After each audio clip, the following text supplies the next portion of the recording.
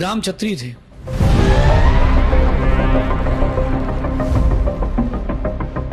क्षत्रिय कभी किसी स्त्री पर हाथ नहीं उठाता, तो राम सूर्पनखा की नाक कैसे काट सकते हैं?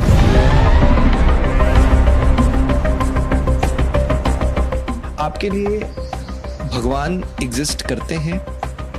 व्यक्ति अपने कर्मों से बनाए, भगवान ने कुछ नहीं बनाया। अगर कोई कहता है कि मैं सनातनी हूँ, तो मैं बोलता हूँ कि पहले आप ये निश्चित कर लें कि आप थे, हैं और रहेंगे। ओके। किसी ने आपको बनाया नहीं, कोई आपको मिटाएगा नहीं। फिर आप ये नहीं कह सकते कि ब्रह्मा जी ने मुझे बनाया है। मुझे भगवान बनना है। रामभद्राचार्य जी ने कहा, उन्होंने कहा कि जो जैन समाज है वो आक्रामक है। अगर किसी की आंखें नहीं है तो कोई बात नहीं, उसका पास मन तो है। लेकिन अगर किसी के पास दिमाग नहीं है तो उसके लिए अपन कुछ नहीं कर सकते। हम तो बहुत समझदार है तो कुछ नहीं कह रहे हैं, हमारे जगह कोई और होता तो कहीं का नहीं छोड़ता। अलग धर्म की आखिर नीड क्यों पड़ी? एक व्यक्ति बकरा काट के खा रहा है, उसको आप कहोगे सनातनी नहीं है, और एक व्यक्ति बकरा काट के चढ़ा रहा है तो उसको हम सनातनी कैसे कह सकते हैं? दोनों तो बात एक ही होगी ना। तो आप ये मानते हैं कि जो अभी हमारे समाज में औरतें हैं उनको मोक्ष की प्राप्ति नहीं हो सकती? अगर बनाया है किसी ने तो उसको नरक नहीं बनाना था। उसको ये कीड़े मकोड़े, चींटी, इल्ली, ये सब नहीं बनानी थी। जो नॉनवेज खा रहे हैं ऐसे लोगों को नहीं बनाना था। जब बनाया ही था तो अच्छे लोगों को बनाते। और अगर भगवान ने नहीं बनाया है और ये लोग स्वयं ऐसा करके नरक जाते हैं तो फिर भगवान ने क्या किया? यूनिवर्स अपने आप बना है तो फिर इंसान कैसे बना अगर भगवान ने नहीं बनाया था? कोई और हिंदू दर्शन को कोई बोले गायत्री मंत्र की माला फेरेगा तो काम हो जाएगा। मंत्र में ताकत भरने वाला मैं हूँ। कि अगर सनातन था तो क्या जैनिज्म उसकी एक शाखा है या जैनिज्म एक अलग रिलीजन आइडेंटिफाई अपने आप को करता है? जैनिज्म पर बोलना बहुत सरल है, लेकिन जैनिज्म को समझना बहुत कठिन है। मैं अपने गुरु मंत्र की 2 करोड़ से ऊपर जाप कर चुका हूँ। मैंने 13 साल से नहाया नहीं है क्योंकि मैं 13 साल से दीक्षा लिया हूँ। जैन मुनि बहुत कम क्यों है? आपको नहीं लगता कि कहीं ना कहीं जो नॉन वायलेंस है वो कमजोरी बन रहा है? अहिंसा को लोगों ने कायरता से जोड़ लिया है, जबकि अहिंसा क्षत्रियता थी। जैसे कि पता चला कि आपका बिजनेस भी था, करोड़ों रुपए भी कमा रहे थे, तो थोड़ा सा मैं जानना चाह रहा हूँ कि वो लाइफ कैसी थी जिससे कि लोगों को परिवर्तन आज समझ आता है।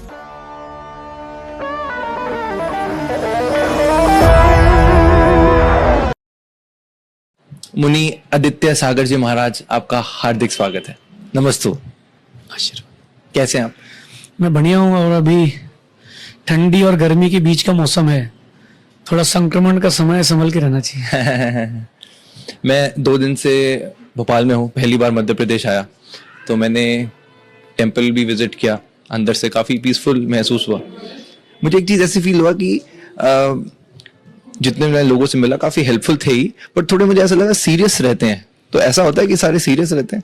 आपके मुंह में स्माइल होती है पर बाकी मैं देखा थोड़ा सीरियस है। कई बार क्या होता है कि परिस्थितियां व्यक्ति को वैसा ले जाती हैं।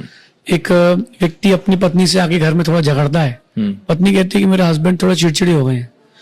मेरा मानना है कि व्यक्ति को समझाने के पहले उसको समझ लेना चाहिए। कई बार ये होता है कि उसकी जो परिस्थितियां रहती हैं, आसपास की सिचुएशंस रहती है, कई बार उसके लिए वो चेंज करते हैं। मैं बहुत पोलाइट हूँ, बहुत काइंड हूँ, हंसमुख हूँ, लेकिन कई बार ऐसा होता है कि परिस्थिति के कारण थोड़ा सा वहां गंभीर रहना पड़ता है या उस समय थोड़ा कुछ चिंतन चलता तो रहता है। हाँ, यहाँ के लोग थोड़ा सा राजनीतिक माहौल है ना, तो हो सकता है जो आपके कॉन्टेक्ट में आए वो वैसे हो, बाकी अपन जैसे हैं। मुझे लगता है कि व्यक्ति अपन को वैसा लगता है। आप अभी कैसा महसूस कर रहे हैं? मैं तो बहुत फील गुड करता हूँ 24 घंटे। मेरा ये मानना है कि जीवन का हर क्षण अपने लिए जीना चाहिए। हम आज अगर खुश होकर जिएंगे तो आने वाला कल हमारे लिए अच्छा होगा। आज हम दुखी होकर जिएंगे तो आने वाला कल भी हमारे लिए दुखी होकर के जिएगा। तो हमको आज कोई बेटर जीना चाहिए, इसलिए मैं 24/7 मुस्कुरा के जीता हूँ। Happy, be happy, nothing else.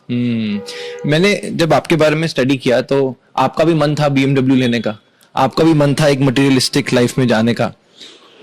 ऐसा क्या ट्रांजिशन हुआ कि सब कुछ छोड़ना ही पड़ा? और आज आपकी लाइफ का पर्पस क्या है? देखिए, एक बात बताऊं कि मेरा सबसे पहला पर्पस था कि मुझे अपने एरिया का सबसे बड़ा आदमी बनना है, पैसे में। और सबसे पहले एक मारुति 800 लेना है, ताकि उसको ठोक ठोक के चलाऊंगा, ताकि फिर BMW लूंगा। फिर ऐसा नियोग बना कि गुरुजी मिले हमको। गुरुजी मिलने के बाद हमारा फिर सब कुछ चेंज हो गया। बिजनेस था, बिजनेस के लिए मेरा माइंड सेट था, मैं बहुत अच्छा बिजनेसमैन था। फिर बिजनेस को छोड़ करके ये मन बना कि चलो अब स्पिरिचुअल लाइफ की ओर चलते हैं। गुरुजी मिले और फिर लाइफ का बहुत बड़ा चेंज आ गया। मैंने कई बार जिंदगी के लिए एक बात सोची है कि हम जिंदगी से बहुत सारी चीजों की आशा रखते हैं, लेकिन जिंदगी हमारे लिए कुछ और सोच के रखी है। जैसे एक माँ सोचती है बच्चे को के लिए कि आज उसको ये खिलाऊंगी, लेकिन बच्चा सोचता है कि मैं ये खाऊंगा। एग्जाम्पल, जैसे बच्चा सोचता है कि मैं छोले भटूरे खाना चाहता हूँ और माँ उसको पुलाव खिलाना चाहती है। तो मेरा मानना है कि बच्चे को पुलाव पर ध्यान ही देना चाहिए, जो लाइफ दे रही है उसको एक्सेप्ट कर लेना चाहिए। आप अलग से कुछ एड ऑन करेंगे तो फिर प्रॉब्लमेटिक हो जाता है। पेरेंट्स की कभी याद नहीं आई? नहीं, ऐसा कुछ नहीं। मेरे पेरेंट्स वैसे भी स्पिरिचुअल थे, धार्मिक थे, रिलीजियस थे। उन्होंने भी मुझे ज्यादा रोका नहीं। और ऐसा कहते हैं कि जैसे जैसे राग डाइवर्ट होता है, व्यक्ति का अंदर की प्रीति डाइवर्ट होती है, सब एडजस्ट होता है। जिस बेटे को माँ ने जन्म दिया था, शादी होने के बाद वो उस माता पिता को भी थोड़ा थोड़ा भूलने लगता है। उसका बेटा हो जाए तो वो पत्नी को भी भूलने लगता है। ये चेंजेबल रहता है अपने अंदर का राग।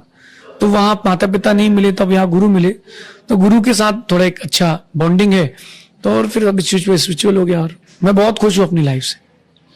अगर, क्योंकि जैसे आप एक दीक्षा से आ रहे हैं, एक संप्रदाय को फॉलो करते हुए आ रहे हैं, जिसको जैनिज्म के बारे में नहीं पता, अगर एक लाइन में डिस्क्राइब करना हो तो वो क्या होगा? एक लाइन में जैनिज्म को आप ये समझ सकते हैं कि अहिंसा। एक शब्द में बोलूंगा मैं, जैनिज्म इज इक्वल टू अहिंसा। जो अहिंसा पर विश्वास करता है, अहिंसा का पालन करता है, वही जैनिज्म को फॉलो कर पाएगा।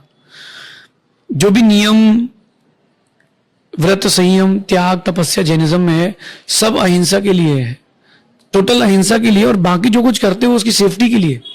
हमारे 5 महाव्रत हैं, अहिंसा आदि, तो टोटल जो कुछ भी काम है वो अहिंसा के लिए। मैं आया तो मैंने पीछे से मार्जिन करके यहाँ बैठा हूँ, और हम कोई भी इलेक्ट्रॉनिक गैजेट यूज नहीं करते क्योंकि हम अहिंसा को फॉलो करना चाहते हैं। तो अहिंसा अपने लिए, जैनों के लिए मेन है। जो अहिंसा का पालन करेगा वो 100% जैनिज्म की ओर जा सकता है। राइट। सो मैं जब स्टडी कर रहा था तो जो स्टैट्स थे वो बहुत ही अमेजिंग थे, स्पेशली जैन्स के लिए। Gautam Adani 11.6 lakh crore, India's richest man Jain. Vikram Sarabhai, India space program जो उनके फाउंडर थे, जैन। प्रेमचंद रॉयचंद, जिन्होंने बॉम्बे स्टॉक एक्सचेंज 1875 में स्टैब्लिश किया, जैन। लाला लाजपत राय से लेकर लाला हुकुमचंद जी फ्रीडम फाइटर्स थे, जैन। बॉलीवुड से संजय लीला भंसाली, जैन। राम मंदिर का केस जीतने के लिए जो लॉयर थे, श्री हरिशंकर जैन, विष्णु शंकर जैन। 0.4% पॉपुलेशन के बावजूद 24% से ज्यादा टैक्स कलेक्शन में जैन समाज कंट्रीब्यूट करता है। तो मुझे पूछना ये है कि जो जैनिज्म है उसमें आप क्या खिलाते हैं कि लोग इतने सक्सेसफुल हो रहे हैं? देखिए, कुछ चीज छूट गई, एक और इसमें ऐड करता हूँ। HAL, हिंदुस्तान HAL जो अपना कंपनी, जहां इंडिया की सबसे पहली फ्लाइट बनाने वाला भी जैन। तो बहुत सारी चीज इसके अलावा और भी है, कुछ खिलाते नहीं है। आप देखना कि जितना आप बाहर की चीजों में जाते हैं उतना आपका माइंड एक्स्ट्राऑर्डिनरी वेस्ट होता है। आज मैं और आप हैं, 1 to 1 बात चल रही है, तो बाकी चीजों से आपका मन हट चुका है, तो अपन 1 to 1 बात कर रहे हैं। ये बात मैं कहना चाहता हूं कि जितनी कम चीजें रहेंगी उतना आपके लिए अच्छा रहेगा। जैनों का जो भोजन होता है बहुत सात्विक होता है। अगर कोई धोखे से जैन नहीं होकर के भी होटल में खाता भी है तो भी वो हर दिन नहीं खाता है, लिमिटेड रहता है। उनकी ड्रेसिंग सेंस भी लिमिटेड रहती है, वो वेस्टेज नहीं करते। और मैनेजमेंट कहता है कि wastage, saving of wastage is income. तो आप देखो कि वो एक चीज तो ये हो गई। दूसरी चीज ये है कि जो पीढ़ी दर पीढ़ी जीन्स मिलता है, वो जैनों को बिजनेस का जीन्स मिलता है। कैसे? उन्होंने अपने दादा को बिजनेस करते देखा, उन्होंने जो दादा थे उसके दादा ने भी बिजनेस किया है। मेहनत बहुत करते हैं, एक्स्ट्रा खर्चा नहीं है, कोई नॉनवेज नहीं खाना, शराब नहीं पीना, कोई सिगरेट नहीं पीना, कोई नशीली चीजें नहीं करना। इन सब चीजों से पैसा बचता है और बुद्धि बचती है। अगर कोई व्यक्ति शराब पीता है, नशा करता है, सिगरेट पीता है, बट ऑब्वियस उसका माइंड डाइवर्ट होगा, वो अपने जो टारगेट है उसे डिस्ट्रैक्ट हो जाता है। तो ये बात है, जैनिज्म में जो जैन लोग हैं उनमें इतना कुछ नहीं रहता, तो वो बहुत सेफ रहते इस मामले में। मैंने भी बिजनेस किया, मैंने भी पैसा कमाया, तो ये सब चीजें नहीं थी तो बच जाते। अगर व्यक्ति शराब पीता है तो अकेले नहीं पीता, 4 लोगों को लेके जाता है। सिगरेट पीता तो उसकी गैंग होती है, वो अलग जगह जाके पीता है। तो एक्स्ट्रा ऑर्डिनरी जो खर्चा है, इसको टर्मिनोलॉजी में कहेंगे तो व्यसन, जब व्यसन छूट जाते हैं व्यक्ति बहुत कुछ पाता है। और एक अच्छे हास्य कवि ने एक बात कही कि जैनों के भगवान सब उतार के चले गए तो वो जैनों को दे गए। बचपन कैसा होता है जो एक जैन फैमिली में एक बच्चे के संस्कार किस तरह होते हैं? क्योंकि मुझे ऐसा लगता है कि अगर कोई इतना सक्सेसफुल बन रहा है और 24% बहुत होता है एक देश के लिए, जो कि एक 0.4% 50-60 लोग जो कंट्रीब्यूट कर रहे हैं, तो इसका मतलब बचपन से कुछ संस्कार में ऐसी चीजें हैं जो कि बच्चे को आगे चलकर बहुत स्ट्रांग बना रही हैं। तो बचपन के विचार कैसे हैं? देखिए बचपन से, अब आज का जो जनरेशन चल रही है मैं उसकी बात नहीं करता हूँ, मैं थोड़ा पहले ले जाता हूँ। घर के बच्चे को जैनों के यहाँ दादी पालती है, दादा पालते हैं। माता पिता ने जन्म दिया है, साथ में सुलाते हैं, लेकिन दादा दादी उसको रोज मंदिर ले जाते हैं, अच्छी अच्छी बातें सिखाते हैं कि बेटा अपन को नीति कैसे सीखना, अपन को नैतिक कैसे है, लाइफ में एथिक्स कैसे आएंगे। चलो दादा कहते हैं कि बेटा पैर छू के आओ, मम्मी के पैर छू के आओ, वो अंकल आए उनके पैर जय जिनेंद्र करो बेटा। तो जो बचपन से उनको एक नम्रता आती है, विनम्रता आती है, उससे बहुत फर्क पड़ता है। बचपन से उनको सिखाते हैं, जाके स्वयं दर्शन करते हैं भगवान के, तो बच्चा देखता है कि ये क्या कर रहे हैं। तो जैसा बड़े बुजुर्ग करते हैं बच्चे भी वैसे ही करते हैं। अगर आप सब बैठ करके फोन देखते हैं तो बच्चा भी आपका फोन देखेगा, और अगर आप सब बैठ करके बुक्स पढ़ते हैं तो बच्चा भी बुक्स खोलेगा। ये बच्चे वहीं से सीखते हैं। राइट। आगे चलते हुए मैं कल यहाँ पर आया तो मैंने कुछ यहाँ से लाइब्रेरी से कुछ किताबें ली, तो एक किताब मिली मुझे, जैनिज्म बाय नजेंद्र के सिंह। वो लिखते हैं कि 19th सेंचुरी में जो श्वेतांबर मुनि थे वो दो में बट गए। चंद्रगुप्त मौर्य के शासन में भी दो में डिवाइड हो गए। आचार्य भद्रभाव जी जो कि कर्नाटका चले गए, और आचार्य स्थूलीभद्रा जो कि मगध में रह गए, जिसके बाद दिगंबर और श्वेतांबर दो में बट गए। तो 19th सेंचुरी में भी हम दो में बटे, जब ये डायनासिटी थी तब भी हम दो में बट गए। जब हमारी फिलॉसफी का जो सोर्स एक है तो हम बट क्यों रहे हैं? देखिए मैं आपको थोड़ा सा और पहले के लेके चलता हूँ। जब चंद्रगुप्त मौर्य का वक्त था तब अकाल आया 12 वर्ष का, और 12 वर्ष के अकाल के समय में बहुत सारे श्रेष्ठियों ने, सेठों ने निवेदन किया मगध में, उज्जैनी नगरी में, कि आप यहीं रुक जाएं, कहीं ना जाएं। तो भद्रबाहु स्वामी बोले कि नहीं, मैं दक्षिण की ओर जाऊंगा, जहां पर मेरा धर्म पलेगा, जहां मेरे व्रत संयम पलेंगे, मैं वहीं जाऊंगा। उन्होंने दक्षिण की ओर रुख कर दिया, वहां चले गए। और वहां कह रहे थे कि उन्होंने कहा था कुछ फेमाइन भी आने वाला है यहाँ पर, कुछ होने वाला, कैलामिटी होने वाली, उसी को कहते हैं जो अभी जैसे कोरोना आया, महामारी। तो उन्होंने महामारी के डर से कि भाई मेरा कहीं व्रत ना छूट जाए, दक्षिण की ओर चले गए। कुछ मुनिराज वहीं रुक गए, और जो रुक गए उनके अंदर विकृति आ गई, क्योंकि फिर जब समस्याएं आती तो व्यक्ति फिर कहीं ना कहीं अपने आप को सेक्रीफाई करना पड़ता है, अपने व्रतों को, अपने संयम को, नियम को। तो उन्होंने सेक्रीफाई कर दिया, उन्होंने थोड़ा इजी वे जो था वो एक्सेप्ट कर लिया। जब दक्षिण भारत से लौट करके ये सब आए, विशाखाचार्य जो भद्रबाहु स्वामी के शिष्य थे, उन्होंने वापस कहा तो कुछ रेडी हुए, कुछ नहीं हुए।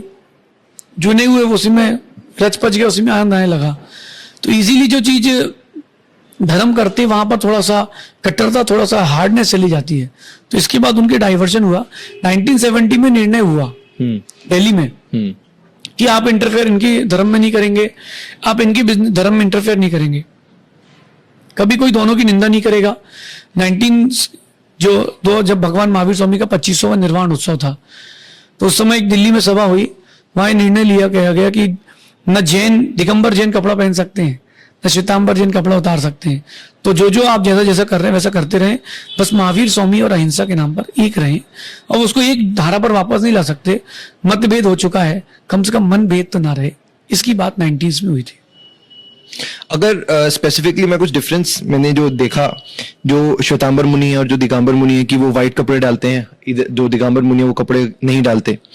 एक वुमेन के ऊपर कहा जाता है कि जो श्वेतांबर हैं वो कहते हैं कि जो औरतें हैं उनको मोक्ष मिल जाएगा, पर दिगंबर में जो फिलॉसफी है वो मैं आपसे ही समझना चाहूंगा। महावीर स्वामी के ऊपर भी कहा जाता है कि जो श्वेतांबर हैं वो कहते हैं कि वो मैरिड थे, और आप कहते हैं वो मैरिड नहीं थे। तो इन चीजों पे थोड़ा सा अगर आप लाइट डाल सकें। एक्चुअली क्या है, सबका अपना अपना अभिमत है।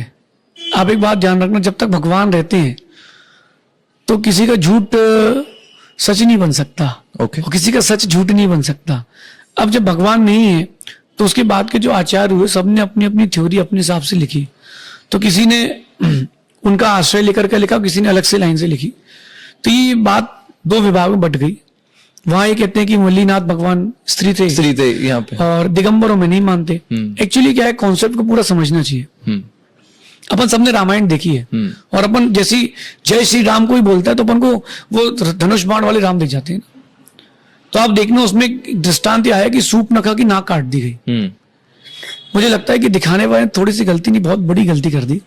राम क्षत्रिय थे, क्षत्रिय कभी किसी स्त्री पर हाथ नहीं उठाता, तो राम सूप नखा की नाक कैसे काट सकते हैं? एक्चुअली उसने प्रपोज किया, उसने अपनी बात रखी कि मुझे आपसे विवाह करना है, तो राम ने लक्ष्मण की ओर डाल दिया कि भाई मेरी तो पत्नी है, इनसे बात करो। लक्ष्मण ने बोल दिया कि भैया के साथ तो अभी शादी नहीं करूंगा, तो उसकी इंसल्ट हो गई। अपन जब किसी की इंसल्ट होती तो अपन कहते हैं तूने मेरी नाक काट दी, तो उसको ये फील हुआ कि मेरी नाक कट गई है। ओके, तो ये फीलिंग्स के कारण अपन को एक चित्र दिखाया गया। ऐसे ही जो जैन दर्शन में कहते हैं कि गुण स्थान, जैसे जैसे व्यक्ति के अंदर गुण बढ़ते हैं, अंदर से उसकी आत्मा की प्योरिटी बढ़ती है, गुण स्थान कहलाता है। तो आत्मा की प्योरिटी बढ़ते बढ़ते बढ़ते 1 से 14 स्टेप्स तक जाती है। तो प्योरिटी बढ़ते बढ़ते अब 9वें गुण स्थान में आती है, 9th स्टेप में आती है। तब वहां पर क्या होता है कि वेद का क्षय होता है। वेद यानी आपके हिंदी में कहूं तो मैं लिंग, जेंडर, स्त्री पुरुष और नपुंसक। तो 9वें गुण स्थान, जब 9वें स्थान पर पहुंचते अंदर से जो स्पिरिचुअलिटी बढ़ती है, तो 9वें गुण स्थान में वहां पर स्त्री वेद का क्षय होता है, जो लेडीज जेंडर है उसका अभाव हो जाता है आत्मा के अंदर से। अब वो जो आत्मा है वो कभी लेडीज नहीं बनेगी, जैन दर्शन की फिलॉसफी है, लेकिन वहां उसका क्षय हुआ है। तो यहां ऊपर तक जाने तक भी लेडीज जेंडर चलता है इंटरनली। तो जो श्वेतांबर थे उन्होंने स्वीकार लिया कि लेडीज भी मुक्त हो सकती हैं, तो ऐसा कॉन्सेप्ट उनके यहाँ है, लेकिन ऐसा प्रैक्टिकली संभव नहीं है। आप देखिए कि जब रेस्ट का टाइम आता है तो उनका एक थोड़ा सा एक माइंड अपसेट होता है, तो जो लेडीज लेती है, महिला रहती है, उनकी विशुद्धि नहीं बढ़ती, तो इसलिए वहां पर एक कॉन्सेप्ट है। बाकी जैन दर्शन में दिगंबरों में ऐसा कोई भी कॉन्सेप्ट। तो आप ये मानते हैं कि जो अभी हमारे समाज में औरतें हैं उनको मोक्ष की प्राप्ति नहीं हो सकती? हाँ, ऐसा है कि वो डायरेक्ट नहीं जा सकती, वाया वाया जा सकती। तो अगर जो लेडीज हैं जब तक वो जेंट्स पर्याय नहीं लेंगे, अगले जन्म में वो जेंट्स बनेंगी, फिर वो आगे जाकर के मोक्ष जा पाएंगी। ऐसा इसलिए नहीं कि मैं जेंट्स हूं, ऐसा इसीलिए क्योंकि वो फॉर्मेट उसमें सेट ही नहीं होगा। जो उनको विशुद्धि चाहिए अंदर से, गुण स्थान मतलब है जो अंदर से उनके सोल की प्यूरिटी चाहिए, वो भावना बनती नहीं है, क्योंकि उनके शारीरिक और भी प्रकार के धर्म रहते हैं, तो उनकी वो प्योरिटी अंदर से नहीं आती। वो जब अंदर से प्योरिटी नहीं आती तो फिर वो गुणस्थान नहीं बढ़ता, गुणस्थान नहीं बढ़ेगा तो मोक्ष नहीं होगा। ये जैन दर्शन की बेसिक फिलॉसफी है। महाराज जी, इंसान की प्योरिटी, जैसे मैं स्टार्टिंग में, मैंने आपसे पूछा कैसे, आपने बोला मन प्रसन्न है, तो इंसान की प्योरिटी हम इंटरनल चीजों से क्यों देख रहे हैं? हमें प्योरिटी को मन से नहीं देखना चाहिए? देखिए, एक बात ध्यान रखना कि जो कुछ बाहर दिखता है बिना अंदर के बाहर नहीं दिखता है। मटके में पानी भरते तो मटका बाहर से गीला दिखता है, तो जो बाहर से अपन क्रियाएं करते हैं, अपन जो भी चीजें बातें करते हैं, चलते हैं फिरते हैं, तो उनसे अपने अंदर का मालूम चलता है। आपने आते ही मुझसे कहा कि आप थोड़ा सा सैड हैं, मैंने कहा नहीं, यहाँ नॉइज हो रही है, तो आपने मेरे चेहरे से पहचाना कि यार इनके अंदर कोई प्रॉब्लम चल रही है क्या, स्वास्थ्य ठीक नहीं है क्या। ऐसी जो व्यक्ति बाहर से बोलता है, अंदर का उसका दर्पण झलकता है। भाषा हमारे भावों की अभिव्यक्ति है। तो ये जो प्योरिटी की बात कर रहा हूं मैं, अंदर से आएगी, मन से आएगी, चित्त से आएगी। उसी को अगर आध्यात्मिकता में कहें तो आत्मा से आएगी। तो उस आत्मा तक जाने के लिए बहुत कुछ प्योरिटी चाहिए, तो वहां तक जाने के लिए चाहिए। अभी जो वर्तमान का फेस है, कलयुग चल रहा है, इसमें वो जो स्टेजेस है 6th और 7th है, इसके ऊपर मेरी भी वो स्टेजेस नहीं जा पाएंगे क्योंकि उतनी प्योरिटी नहीं है। तो 6th और 7th स्टेज तक मैं हूँ। प्योरिटी बढ़ाने के लिए मुझे कोई और स्थान लेना पड़ेगा, क्योंकि अभी ये पंचम काल है, कलयुग है, थोड़ी थोड़ी सी चीजों में लोग व्यक्ति बहुत जल्दी सेट हो जाता है, माइंड सेट नहीं हो रहा। ये जैन दर्शन की भाषा में कहूं तो अवसर्पणी काल है। अवसर्पणी यानी सब कुछ छोटा होगा। भगवान ऋषभदेव की हाइट बहुत बड़ी थी, महावीर स्वामी कम थी। पहले पेड़ बड़े होते तब छोटे होते हैं, तो वो सब चीजें घट रही है। तो जो अंदर की विशुद्धि है वो भी घट रही है, इसीलिए मोक्ष के। तो जो आज लड़कियां हमारा पॉडकास्ट देख रही हैं, वो किस तरह से, अगर इस जन्म में नहीं, इस जन्म में क्या करें ताकि वो अगले जन्म में उनको मोक्ष मिल जाए? बहुत अच्छी बात। देखिए, सबसे पहली बात है प्रवज्जा, यानी दीक्षा, आरिका दीक्षा। जो फीमेल दीक्षा लेती हैं उनके लिए फीमेल मेंटर्स मान लीजिए आप। अब इसमें एक चीज आप देखिए और अंदर ले जाके, जो आपकी अंदर की विशुद्धि रहती है, अंदर विशुद्धि का मतलब होता है कि जो अच्छे काम करते हैं अपन जब, तो उसके बाद एक अंदर से फीलिंग्स आती है, मैं आपकी लैंग्वेज में कह रहा हूं, तो विशुद्धि कहलाती है। तो उनको अपनी विशुद्धि बढ़ाना चाहिए हर चीज में। किसी भी चीज को लेकर के जो टेंशन आती है, वो नहीं रखना चाहिए। वो विशुद्धि जितना बढ़ती जाएगी, आत्मा उतनी आपकी प्योर सोल होती जाएगी, अगले जन्म में वो चीज जरूर मिलेगी। Okay, got it. आप आइडल वर्शिप में मानते हैं? सॉरी, आइडल वर्शिप में, पूजा मंदिरों में जैसे होती है? देखिए, आइडल वर्शिप एक साधन है ओके, अपने आइडल तक जाने का। ओके, मैं रोज मंदिर जाता हूँ, दर्शन करता हूँ, यहाँ भी भगवान के पास आया, आपसे मिलने के पहले मैं भगवान के दर्शन करके आया, तो मैं उनको ये नहीं बोल के आया कि आप मेरे आइडल हैं, मैं बोल के आया कि मुझे आइडल बनना है। क्योंकि हम भगवान के पास इसलिए नहीं जाते कि हमको भगवान को देखना है, हम भगवान के पास भगवान बनने जाते हैं। अगर किसी का मित्र आज प्रधानमंत्री है, आज प्रधानमंत्री किसी का मित्र है, तो मुझे नहीं लगता कि वो 150 स्क्वायर फीट की जमीन का टेंडर लेगा, बोलेगा सर आप तो 2-3 हजार किलोमीटर की रोड दिलवाइए, क्योंकि प्रधानमंत्री मेरा मित्र है। तो प्रधानमंत्री मित्र है तो फिर बड़ा चीज मांगना चाहिए ना, इसलिए आइडल वर्शिप करना चाहिए, जरूरी है। ये आपकी धार्मिकता को बना के रखती है। एक बात और कहता हूं, इंडिया की जो इकोनॉमी है, जीडीपी है, आप किसी भी धर्म को उठा करके देख लें, वो धार्मिकता से वो जीडीपी जुड़ी हुई है। मैं यहां पर आया हूं, पेंडॉल लग गया, पेंडल वाले का बिजनेस चल गया, साउंड वाले का बिजनेस चल गया, ढोल वाला आया उसका बिजनेस चल गया, सब्जी वाले का बिजनेस चल गया, सबका बिजनेस चल गया। जो यात्री वहां बाहर से आ रहे हैं, तो ट्रेन से, बस से आ रहे हैं, टैक्सी करके आ रहे हैं, उनका बिजनेस चल गया। तो हजारों चीजें एक साथ जुड़ी हुई हैं। जितनी धार्मिक अनुष्ठान होते, तो कुंभ हो रहा है अभी, अब उस कुंभ के निमित्त से कई लोगों के साल भर के घर चलेंगे। अपन अगर इस्लामिक धर्म में जाते तो मक्का मदीना में पैसा आता है, और किसी दर्शन में जाएंगे तो ये जो जितनी रिलीजियस एक्टिविटी होती है, ये जो पैसा इकट्ठा हो जाता है लोगों के पास, वो कीचड़ बन जाता है, उसको डाइवर्ट करके शुद्ध करने के लिए ये है। और इंडिया का 50 to 60% बिजनेस इससे ही चल रहा है। करेक्ट। इवन मैंने चाणक्य नीति के बारे में जब पढ़ रहा था, तब उन्होंने भी यही कहा था कि टैक्स की जरूरत ही नहीं है अगर हमारा बिजनेस हम आपस में इंटरलिंक कर दें। आपने कुंभ की बात करी, आप जाएंगे कुंभ में स्नान करने? नहीं, मैं तो कभी स्नान करता नहीं, मेरा नियम है।